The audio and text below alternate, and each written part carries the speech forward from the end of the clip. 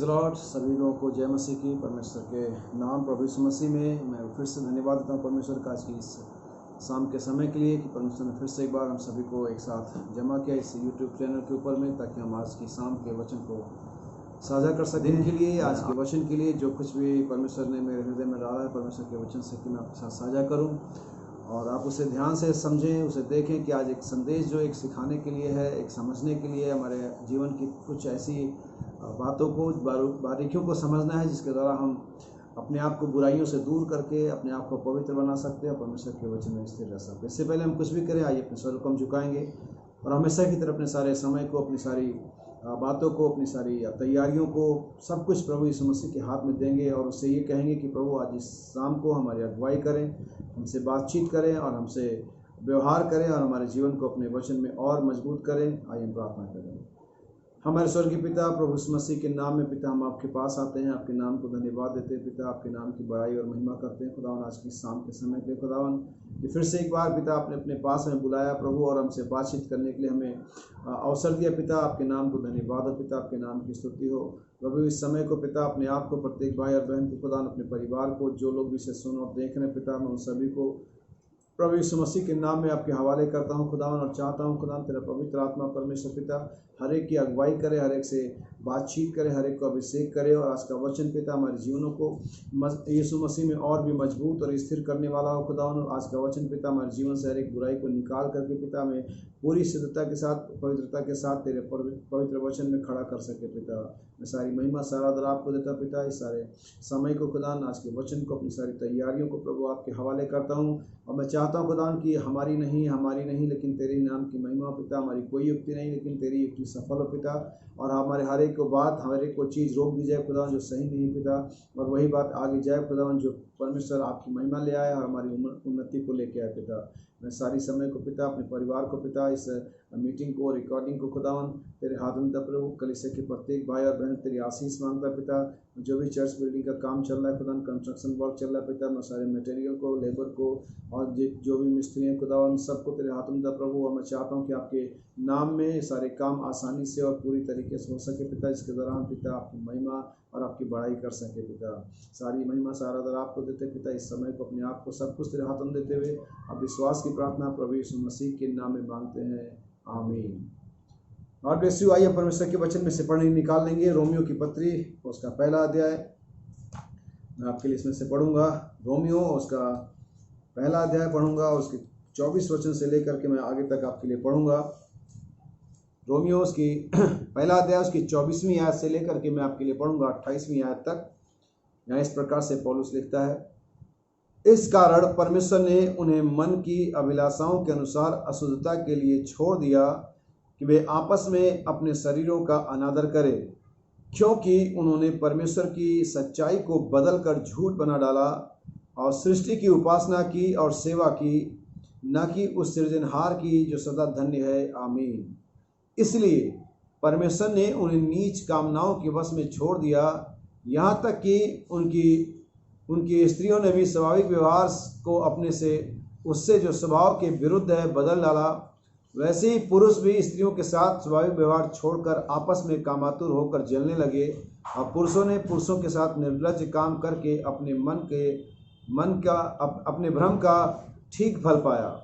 जब उन्होंने परमेश्वर को पहचानना ना चाहा तो परमेश्वर ने भी उन्हें उनके निकम्मे मन पर छोड़ दिया कि वे अनुचित काम करें। परमेश्वर के आशीष के वचन के पढ़े और सुने जाने पर हो और सचमें परमेश्वर आप सभी को आशीष दे। और आज इस रोमियो 1 अध्याय उसके 24 से 28 वचन तक हमने पढ़ा है और इसमें बहुत सारी बातें जो पौलुस रोमियो की कलीसिया को लिख रहा है। सबसे पहले ये जान लेना जरूरी है कि ये रोमियो की कलीसिया है। ये वो लोग हैं जो बहुत ज़्यादा रिलीजियस नहीं हैं, ये वो लोग हैं जो बहुत ज्ञानवान लोग हैं, ये वो लोग हैं जो रोमन धर्म को भी जानते हैं, जो शेष दुनिया की चीज़ों को भी जानते हैं और यहूदी धर्म को भी जानते हैं। अगर आप प्रेरितों के काम की किताबें पढ़ेंगे तो जितने भी रोमन राजा वहाँ पर राज्य करते थे, चाहे वो फेस्तुस था, चाहे वो अग्रिपा था, चाहे वो फेलिक्स था, ये लोग रोमन संस्कार को, रोमन रीति रिवाज को, रोमन रिलीजन को तो जानते ही थे और ये बहुत अच्छी तरह से यहूदियों के रीति रिवाज को, धर्म को, उनकी व्यवस्था को भी जानते थे।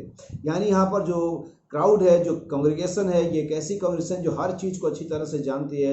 और इसीलिए पौलुस यहाँ पर इस बात को उससे पहले मेंशन करता है कि वे अपने आप को बुद्धिमान जता करके मूर्ख बन गए, क्योंकि उनका ये मानना था दुनिया के सबसे बुद्धिमान लोग हैं, सबसे ताकतवर लोग हैं, सबसे ऊंची जाति के लोग हैं, और इस तरह से उनका मानना था। इसलिए रोमियो की इस पत्री को पौलुस इस चिट्ठी को लिख रहा है, और इसके पहले अध्याय से अगर आप देखेंगे वो उनको समझाना और उनको डांटना और उनके दिमाग को परमेश्वर के वचन पर लगाने की कोशिश करता है। लेकिन मेरा जो फोकस है इस जगह में, जहाँ हमने लगभग 8-6 आयतें हमने पढ़ी हैं 24 से 28 तक, और इसमें जो मेरा फोकस है अगर आप ध्यान से पढ़ेंगे तो यहाँ पर 24वां आयत, 26वां आयत और 28वां आयत, यानी हर एक आयत छोड़ करके, अगर हम 24 के बाद 25 आयत छोड़ देते हैं, 25 आयत में क्या है, अगर मैं 24 से आगे जाऊँ 23वीं आयत में वो वजह है जिसके कारण परमेश्वर ने इनको छोड़ा, उसके बाद 25वीं आयत में वो वजह है जिसके कारण परमेश्वर को छोड़ा, उसके बाद 27वीं आयत में वो वजह है जिसके कारण परमेश्वर को छोड़ा। 3 बार पर लिखा हुआ कि परमेश्वर ने उन्हें छोड़ दिया। और मैं आपके लिए इसे क्लियर करता हूं, मैं आपके लिए पढ़ता हूं कि 3 में क्या काम थे, फिर मैं आगे बढ़ूंगा। इस कारण परमेश्वर ने उनके मन की अभिलाषाओं के अनुसार अशुद्धता के लिए छोड़ दिया। यहाँ पर वो लोग हैं, वो कलीसिया है, परमेश्वर उन लोगों को जो परमेश्वर के वचन के विपरीत जा रहे हैं। ठीक है, अगर आप इसे समझना चाहें मैं इसको 23वीं आयत को पढ़ता हूँ आपके लिए, 22वीं आयत से पढ़ता हूँ। वे अपने आप को बुद्धिमान जताकर मूर्ख बन गए और अविनाशी परमेश्वर की महिमा नाशमान मनुष्य और पक्षियों और बीमारियों, चौपायों और रेंगने वाले पशुओं की मूरत की समानता में बदल डाला।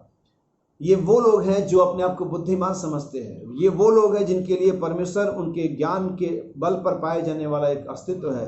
वो लोग हैं जो सोचते हैं कि परमेश्वर ऐसा होगा और मान लेते हैं कि परमेश्वर ऐसा ही है, और इसी वजह से उन्होंने परमेश्वर को, जो परमेश्वर की जो महिमा थी, जो परमेश्वर का ओहदा था, जो परमेश्वर का महत्व था, उसको किसी ऐसे चीज में बदल दिया जो एक सीमित चीज थी, एक लिमिटेड चीज थी, जो परमेश्वर के समतुल्य बिल्कुल भी नहीं थी, जो परमेश्वर की कैटेगरी से, परमेश्वर की सामर्थ्य से बहुत नीचे की थी। यानी कि उस शब्दों में इन्होंने मूर्ति पूजा किया, इन्होंने परमेश्वर को एक बहुत लो कैटेगरी का एक व्यक्ति बना दिया, जबकि परमेश्वर ऐसा नहीं था। इसलिए परमेश्वर ने उनको उनकी मन की अभिलाषाओं, बल्कि लिखा असली अनुवाद है नीच अभिलाषाओं के अनुसार, इसमें लिखा मन की अभिलाषा, यानी ये जो मन की अभिलाषा, ये मन की, एक्चुअली इसका सही अनुवाद मन की गंदी अभिलाषाओं के ऊपर में छोड़ दिया। परमेश्वर ने यहाँ पर उन लोगों को जो परमेश्वर के वचन को महत्व नहीं देते हैं, जो परमेश्वर के वचन को किसी ऐसी चीज के बराबर ही समझते हैं जो दुनिया में आती है और कल चली जाती है, इसका अस्तित्व आज है और कल नहीं रहेगा, जो शब्दों में कि परमेश्वर के महिमा को किसी के साथ भी कंपेयर करते हैं, या उनको लगता है कि ये चीज़ परमेश्वर के जैसी है, परमेश्वर के बराबर है, या उसका कोई चीज़ है, या कोई माँ बाप, या कोई पेड़ पौधे, या कोई पशु, कोई भी चीज़ जो परमेश्वर का स्थान ले सकता है, जो लोग ऐसा सोचते हैं, परमेश्वर उनको उनके मन की गंदी अभिलाषाओं के ऊपर में छोड़ देता है। और तीसरी चीज़ अगर हम पढ़ेंगे, अब मैं चाहता हूँ आप जब घर में इसकी स्टडी करें तो पूरे 22वीं से 28वीं तक पूरा ही पढ़िए। और दूसरी चीज़ जो इसने जो जगह पर 26वीं आयत में लिखा हुआ है, इसलिए परमेश्वर ने उन्हें नीच कामनाओं के वश में छोड़ दिया। और इसका सही अनुवाद है, इसका अगर मैं सही अनुवाद बताऊं तो इसको कहते हैं व्यर्थ का जुनून, एक ऐसा पैशन, एक ऐसा कार्य करने का जुनून जिसका नतीजा कुछ भी नहीं है, जिसके करने के द्वारा आप कुछ भी अच्छा नहीं पाएंगे और वो आखिर में चीज़ मिट जाती है। इसे कहते हैं व्यर्थ का जुनून, या एक ऐसा कार्य जो बहुत इंसान अपने मन से करता है, अपने दिलो जान से करता है, अपनी पूरी कोशिश से करता है, बाई हार्ट करता है, सिंसियरली करता है, लेकिन उसके अंत में उसे क्या मिलता है? कुछ भी नहीं। और आज दुनिया इसी माहौल में चल रही है। आज इवन बहुत सारे मसीही लोग, बहुत सारे मैसेज बिलीवर, वो बहुत से ऐसे काम करते हैं जो पैशन के साथ करते हैं, सत्यनिष्ठा के साथ करते हैं, सिंसियरली करते हैं, लेकिन वो काम जो वो कर रहे हैं उसका अंतफल उनको कुछ नहीं मिलने वाला। इसलिए परमेश्वर ने उनको क्या कर दिया? उनकी नीच अभिलाषा, मैं फिर से पढ़ता हूं इसके लिए, क्यों 25 में आया, क्योंकि उन्होंने परमेश्वर की सच्चाई को बदलकर झूठ बना डाला और सृष्टि की उपासना और सेवा की, न कि उस सृजनहार की जो सदा धन्य है। अब यहाँ पर जो दूसरे लोग हैं जो व्यर्थ के जुनून में लगे हुए, आज दुनिया सिविलाइजेशन को बढ़ाने में लगे हुए, मेडिकल साइंस, आज पूरा दुनिया का जो मेडिकल साइंस है, जो पूरी दुनिया के जो डॉक्टर्स हैं, साइंटिस्ट हैं, वे सब कोरोना का वैक्सीन ढूंढ रहे हैं और बड़े शिद्दत से ढूंढ रहे हैं। खर्चे हो रहे हैं। अगर आप कुछ दिन पीछे जाएं, अगर 10-8 साल पीछे जाएं, तो जो महान वैज्ञानिक, जिसे दुनिया बड़े महान वैज्ञानिक कहती है, लेकिन बाइबल के अकॉर्डिंग वो सदी का सबसे मूर्ख व्यक्ति था स्टीफन हॉपकिंस, जिसने बिग बैंग थ्योरी को जानने के लिए और जेनेवा के अंदर में कई किलोमीटर का सुरंग बनाया, उसमें उन पार्टिकल्स को टकराने के लिए, ताकि ये देखे कि बिग बैंग थ्योरी क्या है। अगर आप देखेंगे उसका जाकर के उसके बजट को देखेंगे, तो उस बजट से कई देशों की जो खान पान है वो कई साल तक चल सकता था। यानी उस बेवकूफ इंसान ने करोड़ों अरबों डॉलर उस बिग बैंग थ्योरी को जानने के लिए खर्च कर दिया। और आखिर अगर इसे वो जान लेता, या आप इसे जान लेंगे, इसको क्या, इससे क्या मिलने वाला है? इसे कहते व्यर्थ का जुनून। एक तरह से एक ऐसी चीज जिसको करने के लिए हमें कोई जरूरत नहीं है, जिसको करने से हमें कोई लाभ नहीं है, जिसे करने से हमारे आत्मिक जीवन पर या हमारे शारीरिक जीवन पर कोई फर्क नहीं पड़ने वाला है। जिन लोग परमेश्वर को महिमा को बदल देते हैं, परमेश्वर के बदले किसी और चीज को रखते हैं, परमेश्वर के बजाय किसी और चीज की आराधना करते हैं, लेकिन परमेश्वर ने छोड़ देता है। लेकिन सही में हिंदी बाइबल में लिखा है छोड़ देता है, लेकिन इंग्लिश बाइबल में लिखा है परमेश्वर ने ऐसी आत्मा देता है। He gave। आइए हम इसे इंग्लिश से पढ़े, वर्स 24 से। Wherefore God also gave them up to uncleanness through the lust of their own। अब देखिए, परमेश्वर ने देगा। एक्चुअली जब आप ऐसा करते हैं, जब कोई मनुष्य ऐसा करता है जो परमेश्वर की सच्चाई को जानता है, उसे बदल देता है। जब परमेश्वर को जानने के बाद भी परमेश्वर के लायक महिमा उसे नहीं दी जाती है, जब एक बिलीवर, जब एक क्रिश्चियन ये जानता है उसे कैसे लीव करना चाहिए, कैसे बोलना चाहिए, कैसे जीना चाहिए, कैसे परमेश्वर को महिमा देना चाहिए, और वो नहीं देता, तब परमेश्वर क्या करता है? उन्हें परमेश्वर खुद एक ऐसी स्पिरिट देता है। आप कहेंगे ऐसा नहीं है।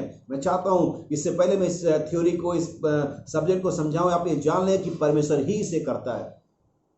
फर्स्ट 2 थेसलोनिकियन चैप्टर 2 वर्स 11 पढ़ेंगे हम। 2 थेसलोनिकियंस चैप्टर 2 वर्स 11 है, ताकि आप इस बात को समझ लें।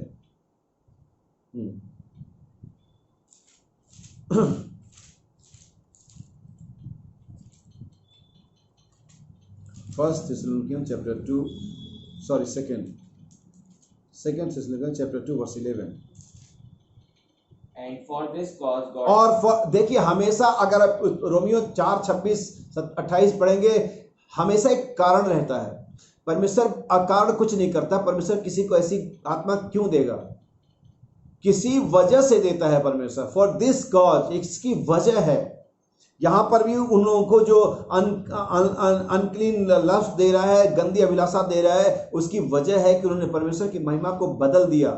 परमेश्वर के जगह में किसी और को रखा, एवजी में रखा, और उस वस्तु को या उस पशु को या उस मूर्ति को या उस मेहमानों को या उस रिलेशन को ज्यादा महत्व दिया परमेश्वर से। इसलिए परमेश्वर ने ऐसा किया।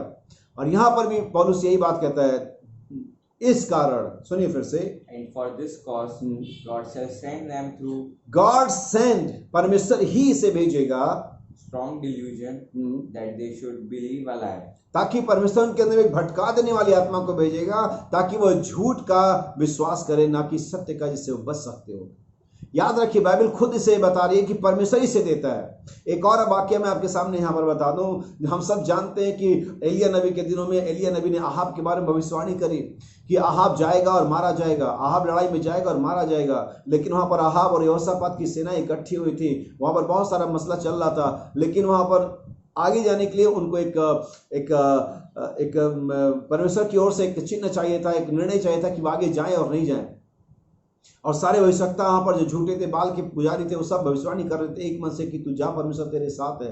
और तब बाइबल बताती वहां पर मिकाया नबी को ही बुलाया जाता है, जो कि परमेश्वर का एक सच्चा नबी था। और वो नबी होने के नाते जब लोग उससे, जो बुलाने वाले जो गए थे, जो नौकर या मंत्री थे आहाब राजा के, उन्होंने कहा देख वहां पर 450 हैं और वे एक ही बात कह रहे हैं, तेरी बात भी अलग नहीं होनी चाहिए। याद रखिए, मिकाया नबी कहता है कि परमेश्वर जो कुछ मेरे मुंह में डालेगा मैं वही बोलूंगा। यानी कि आप सही बोल रहे हैं, आप झूठ बोल रहे हैं, आप जो कुछ भी कर रहे हैं, परमेश्वर आप इस करने के लिए दे रहा है। आप कहेंगे परमेश्वर देता है, फिर मैं क्या करूं? लेकिन परमेश्वर तब देता है जब आप गलती करते हैं। परमेश्वर ऐसे ही इसे नहीं देता है। अहाब को ये आत्मा तब मिली थी ताकि वो अपने जो गुनाह था, जो उसने गलतियां करी थी, उसका सजा उसको मिल सके।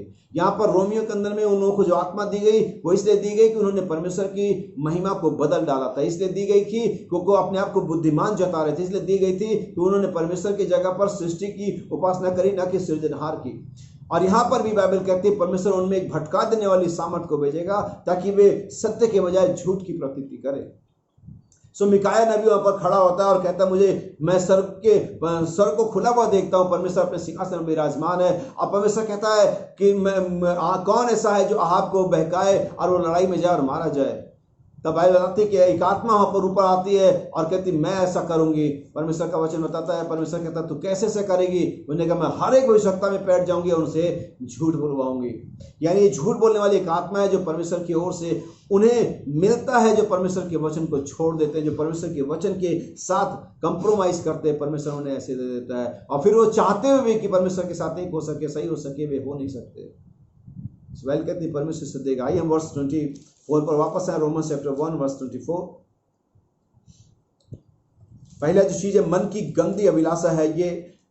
और अगर मैं इसको कंपेयर करना चाहूं तो जेम्स 1 उसके 14वीं 14 वर्ष के साथ मैं कंपेयर कर सकता हूं। इसके पहले मैं पढ़ूं, यहाँ पर पहले हम इसे क्लियर करते।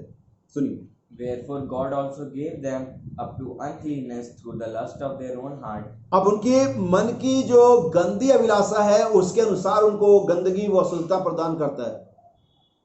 ये कब होता है? जब वो परमेश्वर की महिमा को बदल देते हैं। देखिए 22वीं आयत में फिर से पढ़ता हूं, वे अपने आप को बुद्धिमान जता करके मूर्ख बन गए और अविनाशी परमेश्वर की महिमा को नासमान मनुष्य, पक्षियों, चौपाइयों और रेंगने वाले वस्तुओं की सूरत की समानता में बदल डाला। जब आप परमेश्वर की जगह किसी को भी देते हैं या किसी भी चीज को परमेश्वर के जैसा समझते हैं या परमेश्वर की तरह उसे ट्रीट करते हैं, किसी व्यक्ति को परमेश्वर की तरह रिस्पेक्ट करते हैं, कोई चीज, कोई रिलेशन, कोई आपका स्टेटस, कोई आपका प्रेम, आपका बहुत सारी चीजें अगर परमेश्वर की जगह पर आ जाती हैं, तब आपके साथ ये समस्या हो सकती है कि परमेश्वर आपको ऐसी गंदी अभिलाषा प्रदान करे। Verse 25, Who changed the truth of God into a lie. देखिए उन्होंने क्या किया, उन्होंने परमेश्वर की सच्चाई को झूठ में बदल दिया।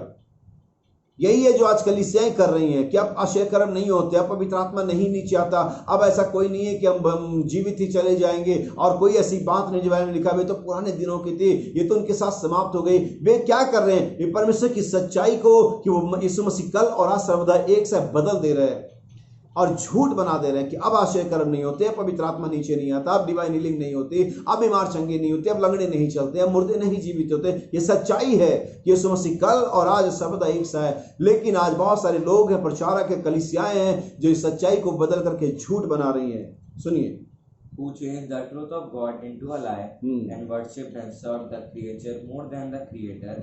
किसका उन्होंने आराधना किया? क्रीचर का, प्राणियों का, सृष्टि का, बजाय उससे ज्यादा बढ़ करके जो कि परमेश्वर था, इसने की सृष्टि को बनाया था। याद रखिए, नबी कहता है, बाइबल बताती है और नबी ने इसे एक्सप्लेन किया अपने लाइफ स्टोरी के अंदर में। अगर आप इस जाकर के पढ़ेंगे कि हमारा परमेश्वर एक जलन रखने वाला परमेश्वर भी है।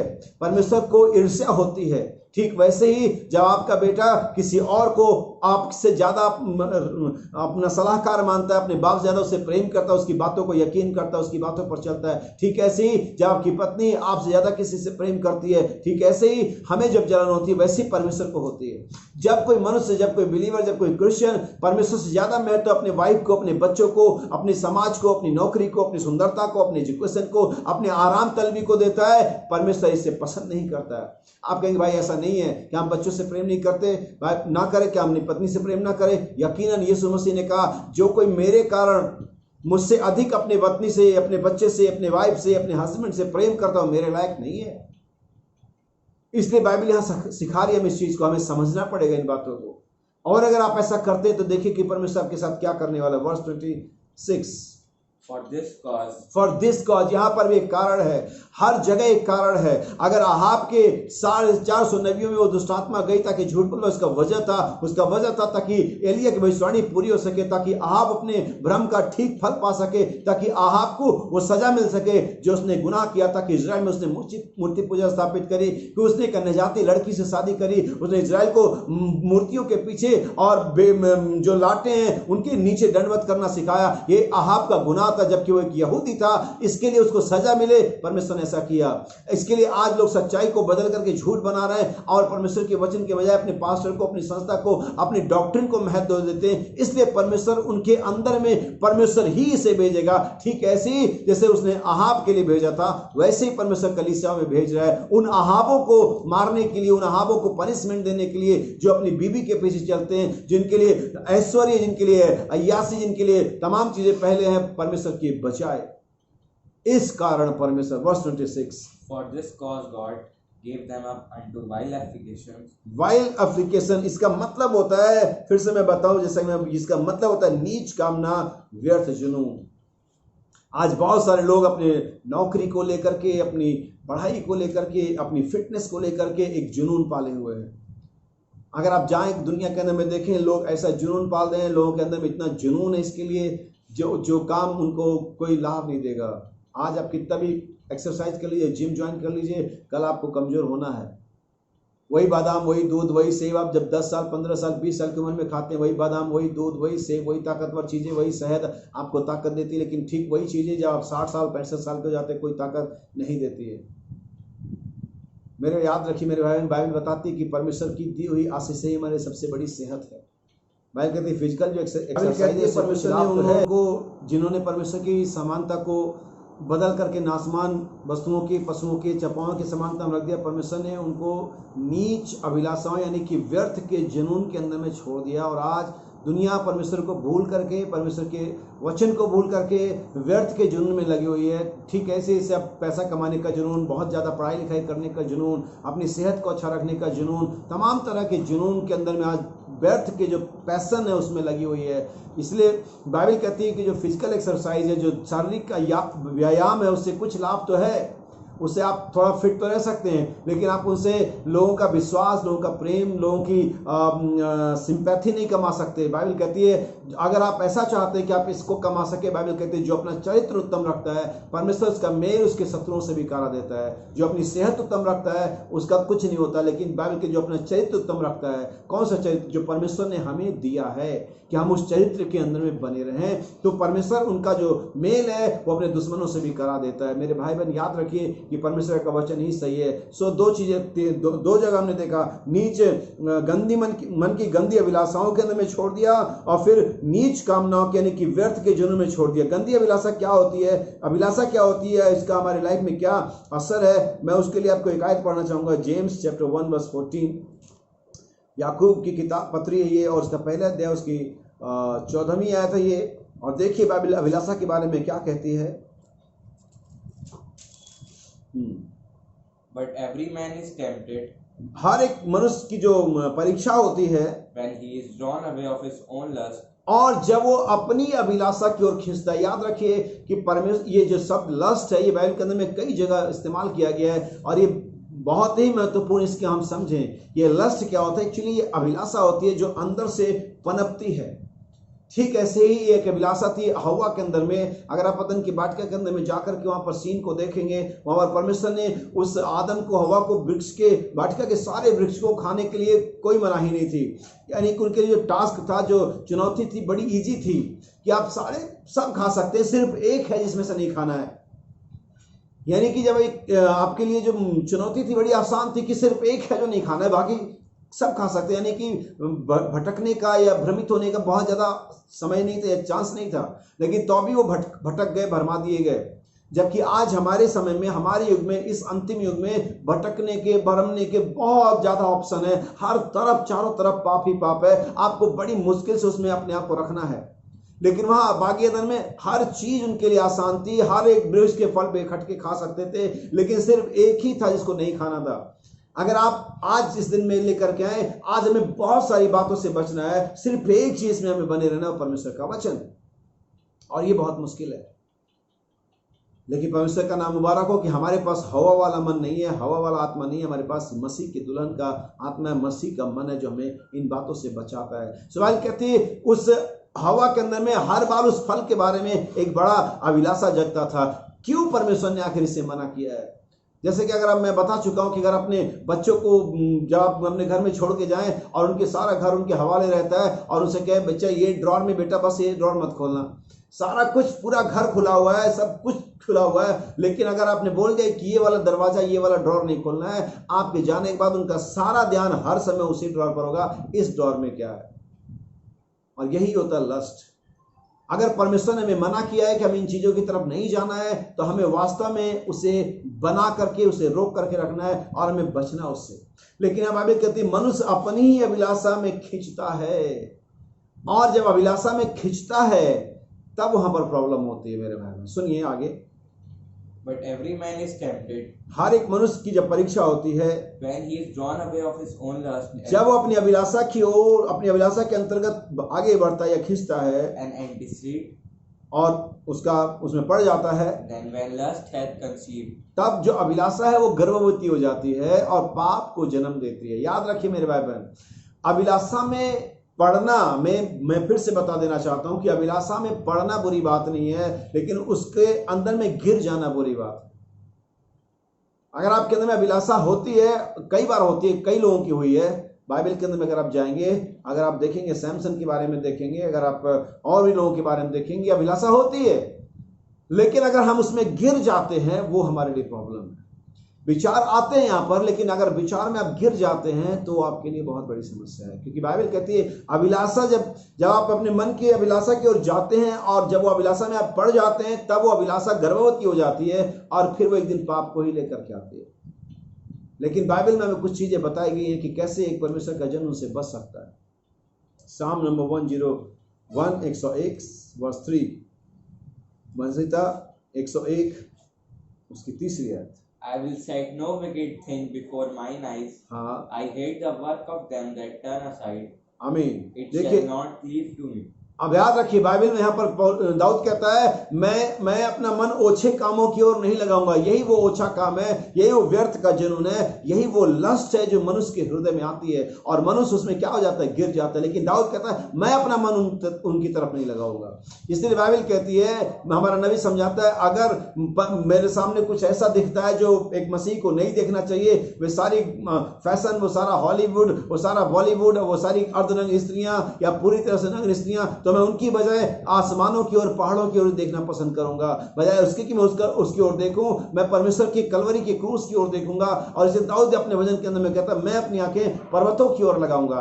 अगर आप कहते हैं मैं क्या करूं, दुनिया में यही सब कुछ है, अपनी आंखें बंद करिए, दुआ करिए, परमेश्वर की ओर अपनी आंखें लगाइए। इसलिए नबी अपने कार में उस क्रूस को रखता था ताकि अपनी निगाहें कलवरी पर जमाए रखे। बाइबल कहते अपने उद्धार करने वाले कर्ता यीशु की ओर देखते रहो, क्योंकि उसके अलावा आज दुनिया में कुछ भी देखने के लायक चीज नहीं है। आइए हम इसके एक और पढ़ेंगे, पहला कुरिन्थियों 6 उसकी 13 आयत पढ़ेंगे।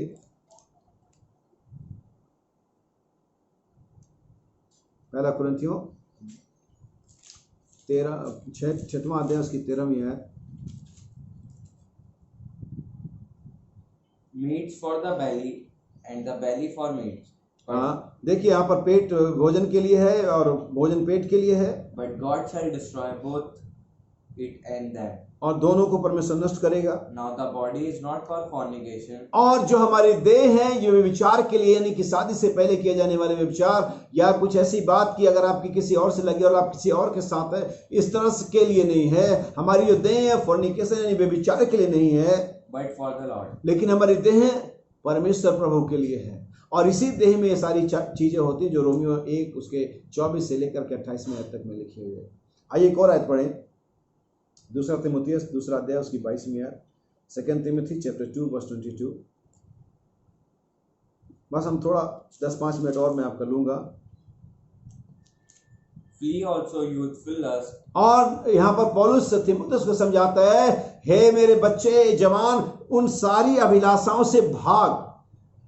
कई बार लोग कहते हैं क्या करें, हमारी मजबूरी है, हमें जाना पड़ता है। बाइबल हमें ये कहती है अगर आपके वर्क प्लेस में, अगर आपके सोसाइटी में, अगर आपके कंपनी में, अगर आपके दोस्तों के साथ, अगर आपके पड़ोस में, जहां भी आप जाते हैं सारी चीजें हैं, बाइबल कहती है फ्ली, भागो वहां से निकलो।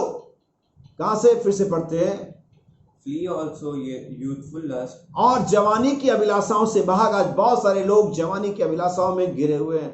बहुत सारे जो बूढ़े हैं, जो 40 साल 50 साल के हैं, वे भी जवानी की अभिलाषाओं में पड़े हुए हैं। जवान तो जवानी की अभिलाषा में पड़े तो समझ में आती, लेकिन बूढ़े भी इसमें चले जाते हैं।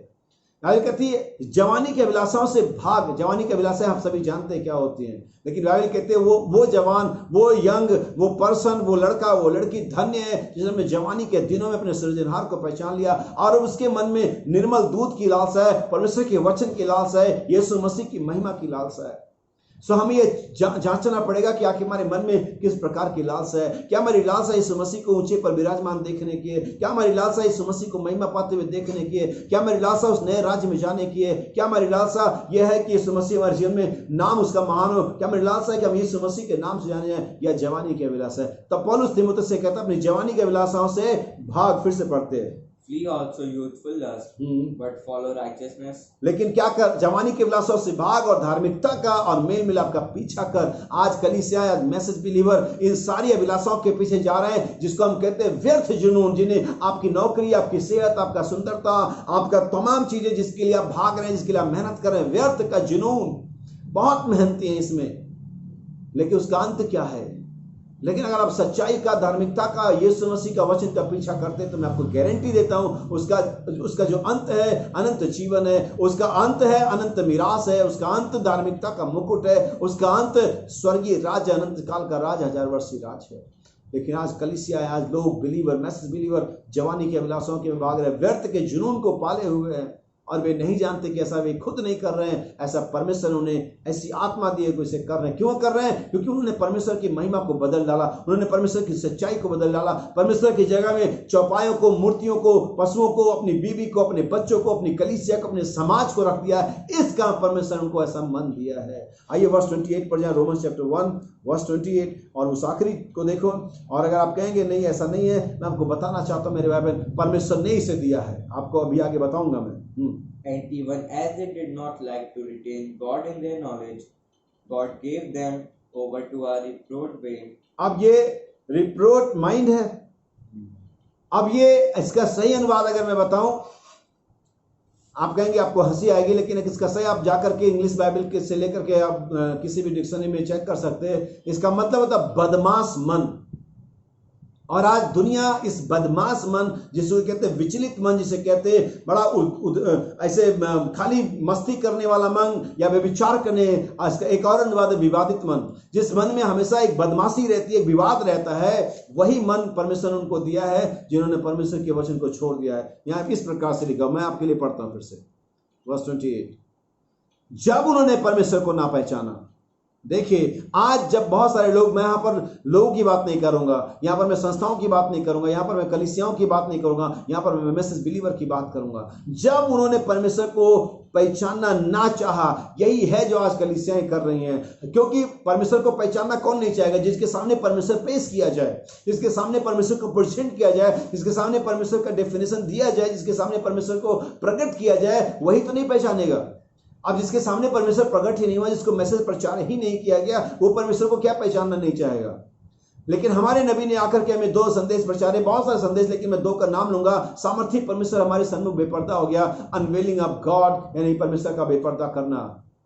और कलीसियाओं के लिए, बल्कि मैं कहता हूं बिलीवर्स के सामने परमेश्वर क्या है, परमेश्वर का बीइंग क्या है, परमेश्वर का कैरेक्टर क्या है, परमेश्वर का सामर्थ्य क्या है, परमेश्वर की तमाम चीजें क्या है, ये कलीसियाओं के पर हमारे ऊपर प्रकट की गई। लेकिन हमने इसे पहचाना नहीं चाहा। यानी कि 2 शब्दों में, हमने पहचानने के बाद भी इनकार कर दिया। और पहचाना होता तो परमेश्वर को पहचानने के बाद हम वही करते जैसा कि परमेश्वर के उस व्यक्ति करता है, इस पर परमेश्वर प्रकट हो जाता है। अगर मैं आपको बाइबल के हवाले दूं, बाइबल में बताता है, अय्यूब की किताब बताती है, जब परमेश्वर पर प्रकट हुआ, जब परमेश्वर की सच्चाई अय्यूब पर प्रकट हुई, अय्यूब कहता है मुझे अपने आप से घृणा होती है। जब परमेश्वर किसी पर रिवील्ड होता है, जब परमेश्वर को किसी के ऊपर में जाहिर किया जाता है, वो व्यक्ति पश्चाताप की मुद्रा में आ जाता है, वो व्यक्ति अपने संबंध को परमेश्वर से ठीक कर लेता है। लेकिन हमारे बीच में क्या है, कलीसियाओं में क्या है कि परमेश्वर को जब पहचानना ना चाहा, तब परमेश्वर ने उन्हें एक बदमाश मन दिया, एक विवादित मन दिया। और आज वही बदमाश मन कलीसिया में काम करता है। ये बदमाश मन है, ये विवादित मन है जो कलीसिया में काम करता है, और आज हो रहा है। मैं इसकी आखिरी आयत को पढ़ूंगा, फिर से मैं समाप्त करूंगा। Romans chapter 1 verse 32.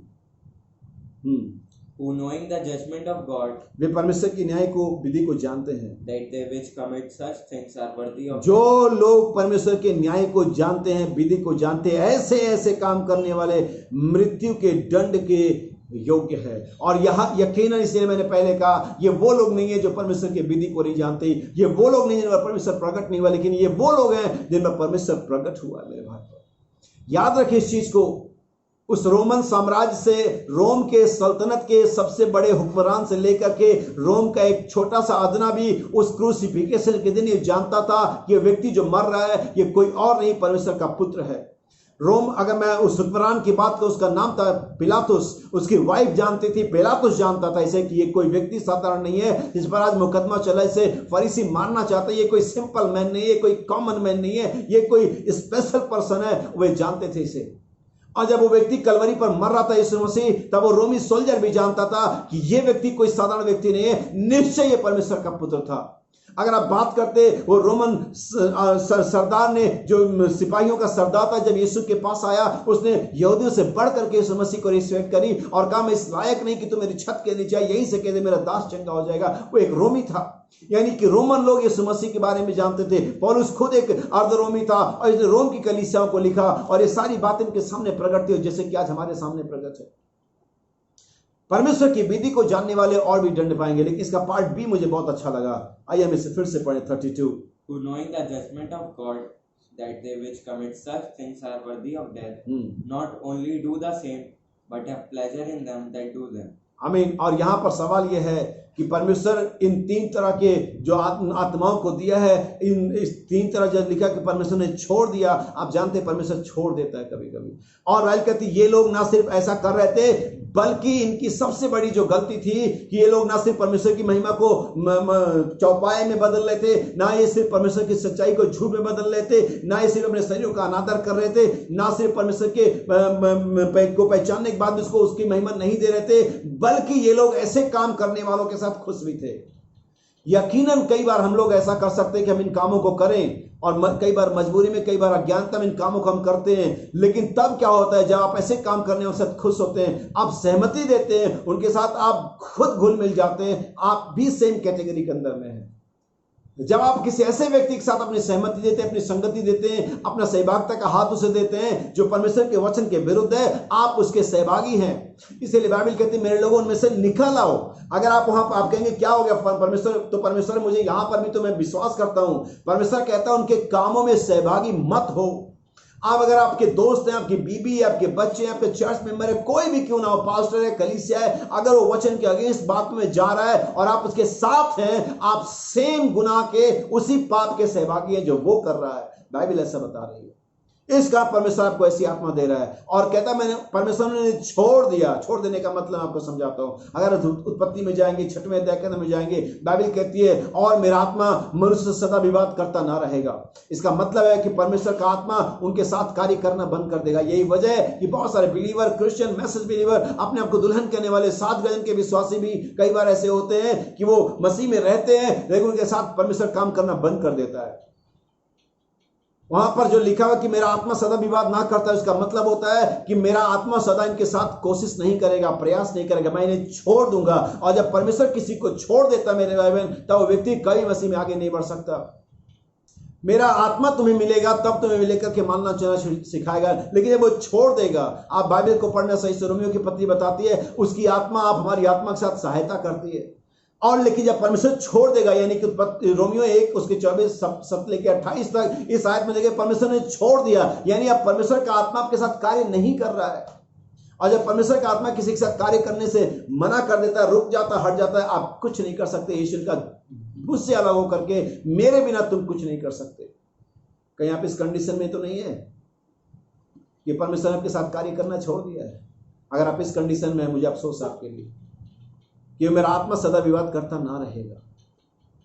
लेकिन मैं परमेश्वर का धन्यवाद देता हूं कि उसका आत्मा आज मेरे साथ कार्य कर रहा है. इसलिए मुझे अच्छी लगता है. भाई कोलमैन कहते हैं, आप कहेंगे भाई कोलमैन कहाँ से आ गए. बहुत से लोग भाई कोलमैन के नाम से भड़क जाते हैं. ये फिर से बहुत से लोग कहते हैं हमें भाई कोलमैन को नहीं सुनना है, हमारे पास नबी है, हमारे पास बाइबल है.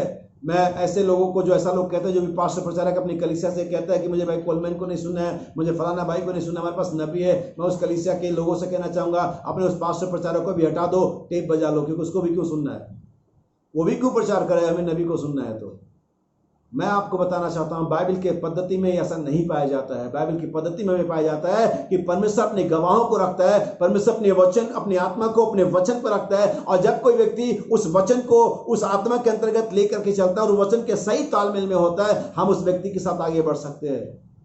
याद रखिए, जब पौलुस अपने दिनों में था, बहुतेरे पौलुस के साथ नहीं गए होंगे, ये कहते हुए हमारे पास मूसा की व्यवस्था है, हमारे पास बाइबल है, हमें पौलुस के साथ नहीं जाए, लेकिन पौलुस ने कहा मेरे पीछे चलो, मेरी सी चाल चलो, क्योंकि वो मसीह की चाल चल रहा था। जब कोई व्यक्ति बाइबल की बात करता है, मैसेज के अकॉर्डिंग बात करता है, इसी समन्वय में बात करता है, इसी लय में बात करता है, हम उसकी बात कर सकते हैं। इसलिए भाई कोलमैन क्या कहते हैं, आपको समझाता हूं। भाई कोलमैन कहते हैं, जिस दिन आपके लिए पवित्र आत्मा को समझाना बंद कर दे, जिस दिन आपको रिपेंट होना बंद हो जाए, जिस दिन आपको गलतियों का एहसास होना बंद हो जाता है, आपके लिए डे ऑफ जजमेंट आ गया। आपके लिए अनुग्रह का सिंहासन क्या हो गया, बंद हो गया। आप जानते हैं अनुग्रह का सिंहासन क्या है, कि आत्मा अभी आपको सिखा रहा है, आपको आत्मा अभी भी समझा रहा है, आपको आत्मा भी पश्चाताप का मन दे रहा है। ये अनुग्रह का सिंहासन है। जिस दिन आपके अंदर पश्चाताप खत्म हो गया, करेक्शन की आत्मा चली गई, आपके लिए जजमेंट उसी दिन तय हो गया। ये अलग बात है किस दिन फांसी के तख्ते पर लटकेंगे, लेकिन आपका जजमेंट हो गया। ये बाइबल कहती है मेरा आत्मा विवाद ना करेगा, यानी कि मेरा आत्मा उनके साथ कार्य नहीं करेगा। आज परमेश्वर का आत्मा अपने सच्चे दुल्हन के साथ, उन बेटे और बेटियों के साथ जो आत्मा से जन्म पाए हैं, जो अपनी गलतियों को सुधारना चाहते हैं, जो मसीह में ठीक होना चाहते हैं, उनके साथ काम करता है। इसलिए आज परमेश्वर का आत्मा अगर आपके साथ काम कर रहा है, आपको पश्चाताप दे रहा है, प्रभु आपको बहुत आशीष दे, क्योंकि आप सच में परमेश्वर के साथ चल रहे हैं। लेकिन अगर आप इन कामों में हैं और इन कामों के साथ साथ आप उनके साथ सहमत हैं जो इन कामों को करते हैं, बाइबल कहती है वरन वे उन लोगों को अलग नहीं करते, बल्कि उनके कामों में प्रसन्न होते हैं, तो आप उसी गुनाह के भागीदार हैं जो वे कर रहे हैं। जबकि आपने नहीं किया, लेकिन आप सहमत हैं। आपका दोस्त, आपकी मम्मी, आपका पापा, आपका चर्च मेंबर, आपके कलीसिया, आपका पास्टर, कोई भी क्यों ना, अगर वो गलत कर रहा है और आप उनमें सहमति करते हैं, आप अपना विरोध नहीं दर्ज करते हैं, आप उसी गुनाह के सहभागी हैं। इसलिए मैं कहना चाहता हूं, जब भी आप वचन के खिलाफ बात करते हुए, सोचते हुए, बोलते हुए किसी को देखें, तुरंत वहां पर अपना ऑब्जेक्शन रखिए। बताइए भाई बहन, जो भी वो है, पति पत्नी, बच्चे, आप ऐसा ना करें। ऐसा करने के द्वारा आप इन आत्माओं से दूर रह सकते हैं, जो गंदी अभिलाषाओं की है, जो व्यर्थ जुनून का है। और तीसरा वाला जो है बदमाश मन, ये सच में हम चाहते हैं कि हमारे पास कोई बदमाश मन ना हो, लेकिन हमारे पास एक शांत, धीरज वाला, शांत चित्त आत्मा हो। आज इस शाम को परमेश्वर सभी को आशीष दे। अपनी कलीसियाओं में, अपने घरों में, जहाँ पर भी हैं, आप हमारे लिए, हमारे चर्च की बन रहे बिल्डिंग के लिए जरूर प्रार्थना करें। बहुत सारी फाइनेंशियल प्रॉब्लम्स हैं और बहुत सारी चीज़ें हैं जिसमें हमें आपके प्रार्थनाओं की ज़रूरत है। अपनी प्रार्थनाओं में सिंसियरिटी के साथ, उपवास के साथ आप जरूर मेरे लिए, चर्च के लिए, बिल्डिंग्स के लिए प्रार्थना करें। परमेश्वर सभी को आशीष दे।